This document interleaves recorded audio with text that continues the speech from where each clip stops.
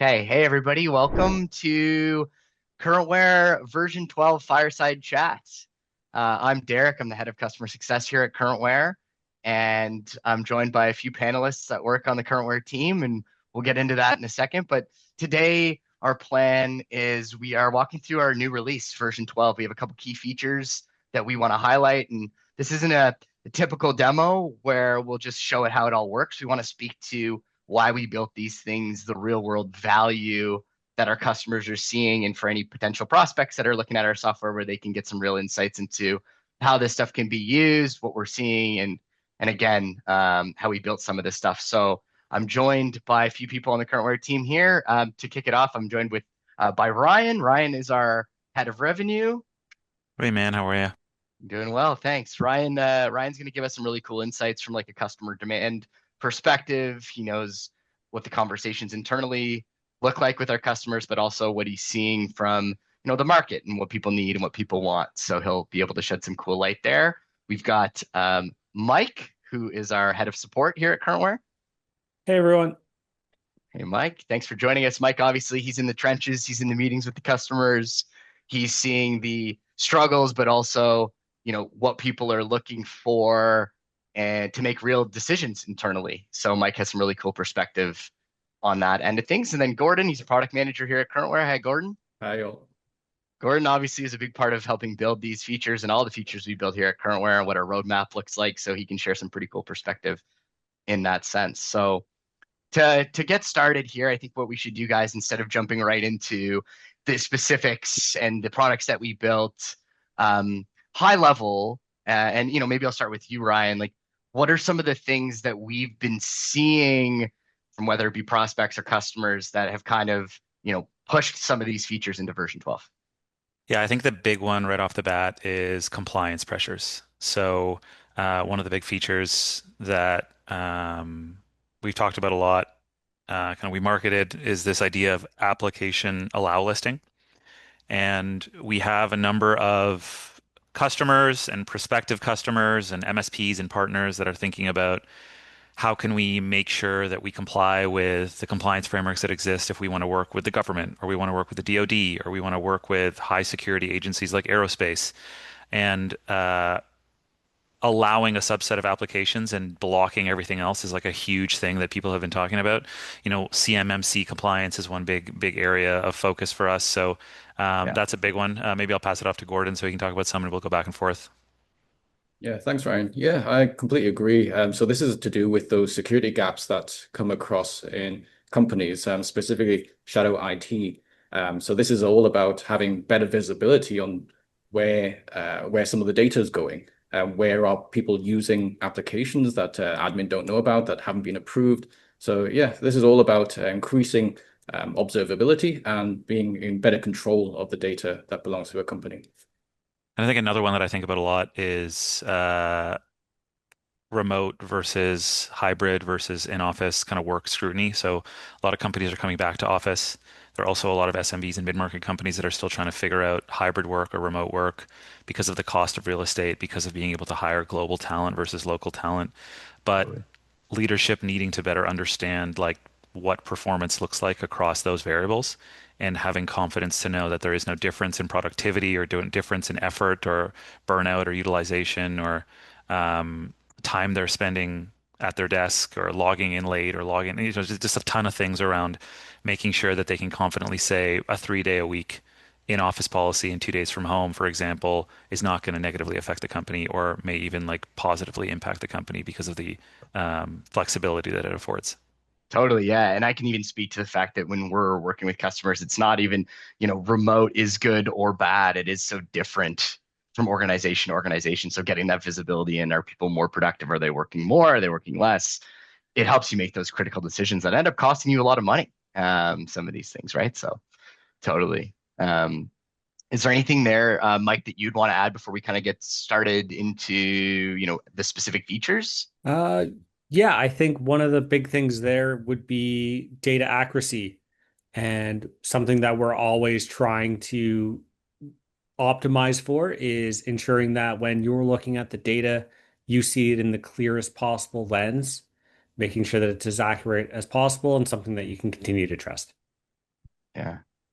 Good call out. So I think that's a good segue into maybe the keystone feature that we've added to version 12, something that, I know from my perspective, working through renewals, working with customers directly has been something that has been requested a lot, and that's application allow listing. Of course, at CurrentWare, we've had the ability for a long time to block applications, but to now have this allow only zero trust environment is extra important. So maybe I'll start a little bit and throw it over to you, Brian, to speak to why this exists.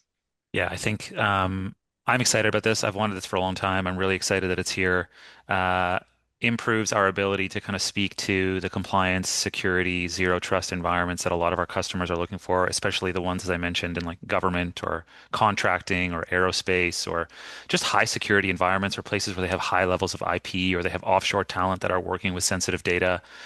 And there's this term that keeps on coming up. It's like, deny by default and being able to say, we want to block all of these websites, but only allow the intranet, for example, is something we've been able to do for a long time, but a little bit more complicated to figure that at the application level with a lot of the, processes that may be running in the background that may be unique to each customer that we have. But now we have the ability to deny applications by default, so only allow a subset of applications and kind of blending into almost like an antivirus or a protection tool for these organizations to not allow unauthorized apps or harmful apps to potentially run in the background, which can be really costly if situations like that occur and can take down a network or something like that, right? Yeah, a lot harder to know everything you need to block Yeah. in an environment than it is to know these are things that I know we need, and everything else, we can go through an approval process for that if you really need access. So Yeah, totally. and the compliance framework that it kind of like most closely ties to is CMMC, which would be for anybody who's working on government or DoD contracts. It's like it sounds like a niche, but there's the U.S. government is a huge beast, and everybody has their hands in that pie. So it spans a number of maybe tens of thousands of organizations in the U.S. Yeah, Um, absolutely. just like technically speaking, maybe I'll pass it over to Gordon so we can talk a little bit more about like what kind of went into thinking through this in more detail.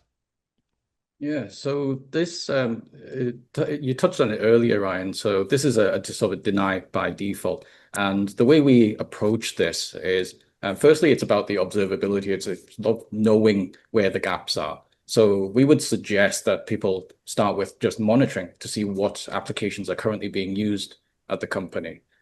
So once you've got that idea, you can then decide which are the products that are approved, that you have licenses for, that has good, strong security or privacy policies.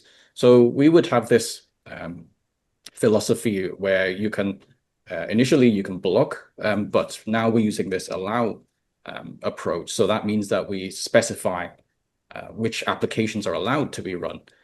So we start with monitoring and then we start enforcing. And then the allow list allows the admin to define which are the approved apps, and only those would be allowed to be run from a particular computer. This can also help. It can also be, sorry, the users can also provide more information to an admin if they decide they actually need a particular application. So if an application is blocked, they have the ability to request that information and send that request to an admin, and then they can unblock that once it's been approved. Yeah. I think you called out some really important things. I think if you're watching this and you're wondering, well, how am I supposed to know what we need to add to this allow list? There's a ton of apps. We have a ton of teams. They do way different work from team to team. I think the tracking piece, right? When you have the dashboard that you're using in the app control section within CurrentWare, being able to trigger that monitoring, start that process, let it run for however long you need to see what's being used group by group, see what's most important, and then you can build your allow list off of that, right? Yeah, exactly. So the important thing also is that we start off with a sort of a baseline, and so we designed this so that the expectation is that for a standard user, they would be able to run, at least get into Windows, be able to start with their standard applications. Then anything beyond that, that has to be approved by the admin. So that's why we have that allow list. there's that set of apps that have been approved and they can only run those. If it turns out that, as I mentioned, if a user needs something else, then that's blocked by default, and then they have to justify that to the admin. So the admin at least has a chance to be able to review it and approve it. Yeah, good. Yeah, good call out. I could also imagine that being a thought of like, wait a minute, I'm going to allow these apps. What if I forget something that's extremely important process that needs to be running from this computer or this environment not to completely fall apart? And as you mentioned, you built that with that in mind. Yep, exactly. Yeah, very cool. Mike, maybe we throw it over to you. I think you have some really cool perspective, not only now that we've built it and you've been in the room setting this up and getting some feedback from people, but also you were around when we didn't have it. So you've got some pretty cool insight into this. Yeah, so there's a lot of support scenarios that kind of went into this where government contacts have been asking for this for a long time, where it's always been historically, hey, we can block applications like your usual, your Dropbox applications on top of the website, your box.com applications on top of the website, to make sure that like things like IP are staying within the org.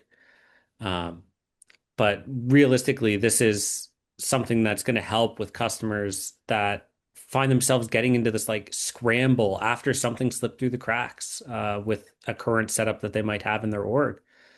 Things like unauthorized apps installed, software running where they didn't even know people had it and existed within the org. Things like mouse jigglers, which have been a crazy hot topic since the more hybrid and remote workforce boom. So like now you can better fit into blocking, ensuring that applications are only being run when you're allowing them. And it definitely fits in with like a ton of different compliance frameworks. I know Ryan mentioned CMMC, things like ISO, SOC, all have little pieces in there that this can help out with, as well as it will align with audits related to like prevention of unauthorized applications. Yeah. Yeah, good call. I know compliance is obviously super important and a big reason to why we build this, but even the mouse jiggler piece that you mentioned, Mike, not to spoil the next feature we're about to talk about here, but that's something where in CurrentWare we have tips in our knowledge base where here are some common mouse jiggler applications that folks can be running, and we end up seeing them all the time. People coming in and wanting help investigating it, and we help find it, and there it is. But if you're really denying by default, then you're obviously not even having the opportunity for those to be installed in your environment. Yeah, exactly. It kind of takes it out of the employee's hands to attempt to do anything mouse jiggler or work evasion-ish through the program software. Yeah, anything like your mouse jigglers, your caffeines, etc. exactly. And that's a good point. There's a lot of applications out there we don't know about. So I think that's a good transition. Unless anyone wants to add a piece to the allow listing side, I think we've covered that. Good. Yeah, I think The that's a only thing good. I'll say is Oh, that I go think ahead. it's like very interestingly positioned in the market as well in how many of the other vendors in the space are doing this. It can be part of like a bolt-on of an enterprise solution or sometimes cost prohibitive. And I think we're trying to make it accessible to our existing customers and I'm really excited about going to market with something that is going to make it easy for people to test it and try it and like it and then hopefully adopt it quite easily. Yeah, that's another big part of the feedback we've got as well. So yeah, just to pivot in, then I think we touched on mouse jigglers a little bit, but the second feature that we wanted to highlight that's been added to version 12 is our mouse jiggler detection, which is a part of the BrowseReporter module. This is something that maybe I'll speak to a little bit, having worked so closely with our customers, is it comes up more than you think. And maybe you're watching this and you're thinking, well, I know. But where we're getting reach outs from people that are noticing odd behavior. We're noticing that we have an employee that's on one application on one website all day long. They're active for 12 hours a day. And it's also hard to get in touch with them when I send them a Teams message or a Slack message or whatever it may be, right? So we have that come up a lot. And CurrentWare already has great functionality to dive into that behavior. And you can spot these, you can spot the applications that are being run. You can spot the odd behavior that can help you have an informed conversation with an employee. But we see a lot. We see Mike and I see examples of a oscillating fan tied to a mouse that's keeping it moving all day. And people will get creative in remote jobs, in office jobs too at times, but to simulate that work. So, as there was already a way to detect this behavior before, now we've made it a little bit easier. And maybe I can actually start by throwing it over to you, Gordon, to talk a little bit about how this was built and what we're considering to be unusual mouse activity. Yeah, so you brought up that little example of the fan attached to the mouse. So there's really no sort of defined way that this could be done. So we know that there are these software programs that people can install. There are those hardware USB keys that could do this, or these DIY type of things. So we focused on the actual cursor movement, so the mouse movement itself, and we're looking for any sort of unusual activity if it's quite repetitive or it's just unusual in that way. Yes, this is nuanced, and so this can always be improved. So that's why we've left this as more just a visibility aspect. So any active time, if it appears it could be a mouse jiggler, then that's highlighted in the dashboard, in the detail logs. And so it's up to the admin, the manager, to make that, to have that discussion that you touched on, that we need to have that informed discussion. You look at the information and then dig deeper into it. What's actually happening here? So I mentioned that there's different types of mouse jigglers. So this only focuses on the actual movement itself. And then it's up to you afterwards. If it is a hardware mouse jiggler, you can then block that using access control, or if it's a software based, then we can use application Allowlisting to block it. So different ways that this can be tackled afterwards. Yeah. Really, really good point. And where I really enjoy the functionality of it right now is if you're suspicious of this activity and you're going into that user's drill down page, where before, again, you could always see abnormal activity and you can catch the applications that are being used and you could find this information. Now there's that mouse notification right up near the top of the page, and you can go deeper into the detailed logs to easily sort and see patterns like, hey, is this mouse jiggler happen every Friday? Does it happen from 3 to 5 each day? So it's really visually helpful and can save a lot of time. Yeah. Mike, maybe your perspective would be cool here too, because I know again you're one of the people that are getting the reach outs when we're doing these types of investigations with folks. You've seen it in real time. You've seen all the hardware, the software, the UII types of mouse jigglers. So maybe you can speak to from what are our customers dealing with? Yeah, so I can't even count on two hands on the amount of calls, well over that I've been on where we've seen some suspicious activity. I won't say specifically mouse jiggler software. Um, but it's always funny to see. And we see them on calls, we see them in the data. Um, Mouse jiggler, like the software, the hardware, the amount of hoops that people will go through just to like fake like they're actually being productive or working throughout the workday. But when you see clear data of like 8 hours on a single application, or they're productive and active for say 16 hours out of a 24-hour day, I don't think that's a realistic human habit in any way, shape, or form. Um, Mhm.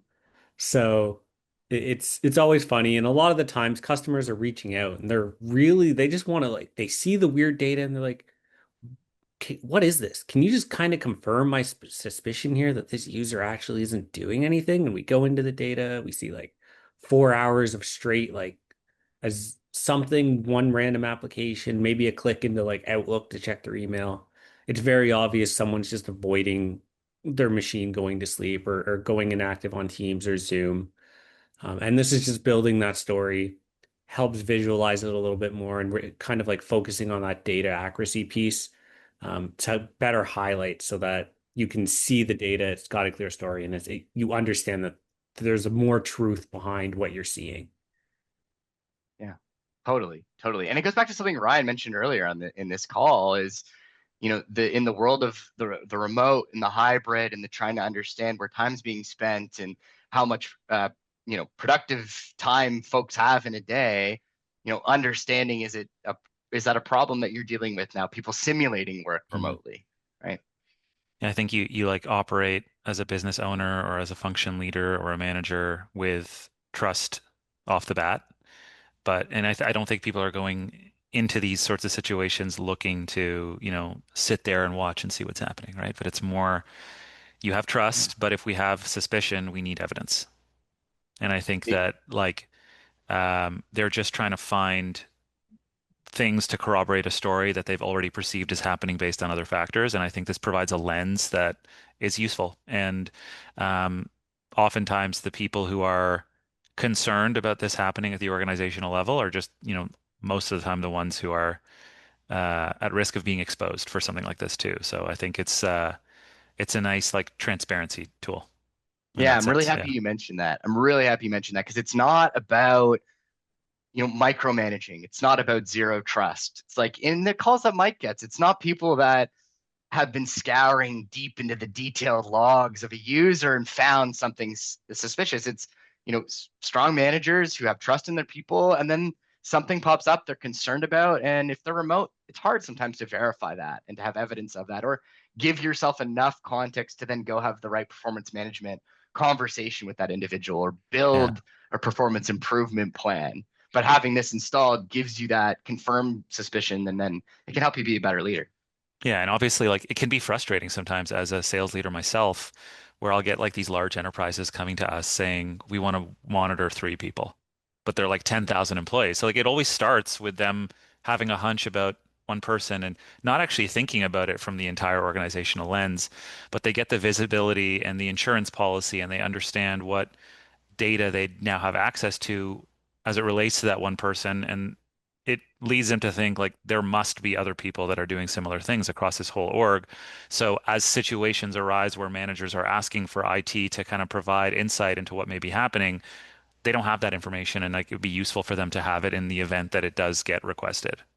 Yeah, absolutely. They have to start fresh then because now they found something there is no. Yeah, so having it deployed across the organization is not about I don't trust the org. It's Yeah, to I mean, obviously, I'd want to sell 10,000 licenses to an organization, right?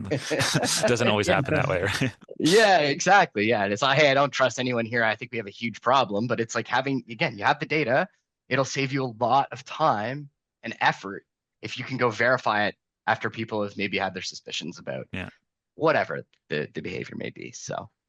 Yeah, very cool. And maybe another good pivot into the third feature we wanted to talk about, which is our scheduled adherence reporting with BrowseReporter. So I don't know if anyone's seen our marketing emails come out, they might be thinking like, well, you guys always did this, didn't you? You guys always tracked the amount of time people did each day. But I think there's some pretty cool differences in the ways that this helps your HR leaders. It helps your investigations. It gives you different visibility, maybe not necessarily what activities were you doing and are those productive, but like how much are you working?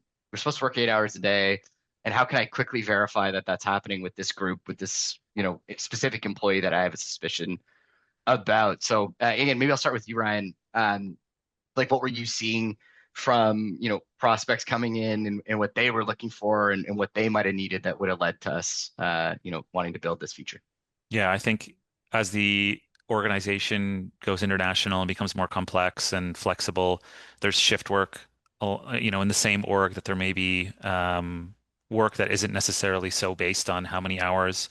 There's different time zones, there's global teams, there's senior level, there's, people who are working 60 hours a week, because it's a push and it's tax season, and other people that are working, 35 or 40 hours a week. And being able to set like a schedule to adhere to where you can easily determine if somebody's overworking or underworking or burning out or starting late or ending early, or and then providing insight as to kind of what's happening within those parameters is something that was possible with our tool, but it wasn't super easy to find that information and like glean what was happening in the aggregate. And I think we're just getting better now at releasing that into a nice package that teams can easily digest. I think we're seeing more adoption early with like the shift work teams and the offshore teams, but it's coming local now where we're seeing the orgs trying to prevent burnout or understand where there may be opportunities to add headcount in certain regions or on certain teams because they see that the marketing team in Denver is like super overworked, but marketing in California may be underworked. So we may need to add the head in Denver instead of LA or something like that. Yeah, yeah, really good call. Yeah, and to have the visibility to make it easier to your point of noticing how many, are people not working enough or working too much. Having a clear report that you can run that takes less time to quickly scan to get an Mhm. understanding of like, well, no wonder this person is feeling exhausted and stressed out by work. They're working an extra 3 hours per day, and I can see that very, very quickly. Where the data was there before, now it's more visual. Yeah, and there's tools that exist within the CurrentWare platform to like, manage the machine like usage and say like every day at 6 p.m. we're going to turn off all machines or we're going to send them to auto sleep mode to like try to discourage overworking or working late or that kind of thing. And th those tools exist, but I think it's naive to think that a manager is just going to like automatically set that because there's going to be parameters where people have to work late. But I think being able to monitor it in the aggregate and over long periods of time at the individual team and entire company level is like very exciting for our customers. Absolutely, yeah. And if someone is working those extra hours, I don't know about if force it like you can do it. I don't know if forcing the computer is going to stop them or make them feel much better. I mean, if you're having someone that works a couple hours a day and you can spot that, you might be able to have a good productive conversation with them to help them. Maybe they need a lesser workload. Maybe they need training in a certain area. So it's just easy to spot now, and you can have again. It goes back to what we talked about earlier. More productive performance conversation with someone where you're informed rather than going in blind and trying to get down to the root cause and ask a billion questions. Still want to ask those questions, but now you have the data. Yeah. And I Um, think Gordon yeah, had they did a lot of work making sure that it like actually worked well because there's a lot of information that comes into there and like difficult to parse down into something that's usable. So I'm curious like how you guys thought about this and where you guys went with it. Maybe you can talk a little bit about that, Gordon. Right. Yeah, so this is to help with the managers and admins to have better at a glance visibility. So with so many different people working different shifts, you mentioned shift work and global teams, it's difficult to have that visibility of, when this particular person, this particular team, when are they supposed to start work? How many people are starting work super early? How many people are late to log in? So we wanted to give that extra bit of visibility to the manager so they can see at a glance um, the current status of their employees. And so this is a stepping stone towards greater granularity. So at the moment, we allow the managers to be able to define at a global level the start or end times of employees, or at a team level, or even at a user level. So they can define all of these schedules, and then this gives them more visibility to check how is this matching up to their expectations on the amount of hours that people are currently working. So it could be that they're expected to work 9 to 5, but are they actually working way past their expected end time? So then at least there's like quick visibility, and then they can maybe decide, is this person overworked? Is there opportunities for shifting the capacity around to try and Mm. ease that strain on that particular person? So there's lots of different ways that this can benefit a team. yeah, really important call. And Mike, you could probably speak to, I mean, how it does benefit people. You want to speak a little bit to what our customers are seeing and how it helps HR teams, managers, so on. Yeah, the big one there is definitely HR teams. So HR, a lot of the time they're coming trying to see specific sets of data for users, either if it's a review that they have, kind of something that they might do on like a monthly basis, a weekly basis, or if it's something that just, hey, there's managers that are concerned about XYZ user and they just need to make sure that these users are staying compliant within their framework of when they're supposed to be working. So now they have a very easy way to just go in and see, hey, did this user log in at 9 o'clock? Did they end at 5 o'clock? Did they work the entire day that they were expected to work? Mhm. Very visual. It really is going to reduce some of the manual work that you would have had to do to go click into a couple spots potentially, to get the data that we've really aggregated for them with the schedule adherence. It makes it so that you'll see if there's any type of discrepancy. It shows you the pluses, it shows you the minuses on their daily work times. Very visual, nice and colorful. Um, that's a big one that one of our larger customers has actually had as a feature request for a little while here. They have a very intricate organization. They do a lot of HR investigations into the large amount of users that they have, where they have to double check their punch card systems, double checking and making sure that contractor time is accurate when it's getting charged to their Yeah. company, which then does get passed off to clients, and just making sure that everything is as accurate as possible because they want to ensure like a level of fairness to their clients, their clientele, as well as making sure that the company is staying well within the standards of being extremely accurate with Mhm. what they are working on when they are working. So it really does help give a lot of actual extra context because we capture a lot of data. It kind of all goes into these different tables and metrics, and we play with it a whole bunch of different ways.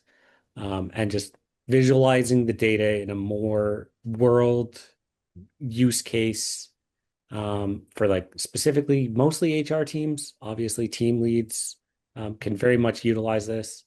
So something that helps give the data a lot more meaning.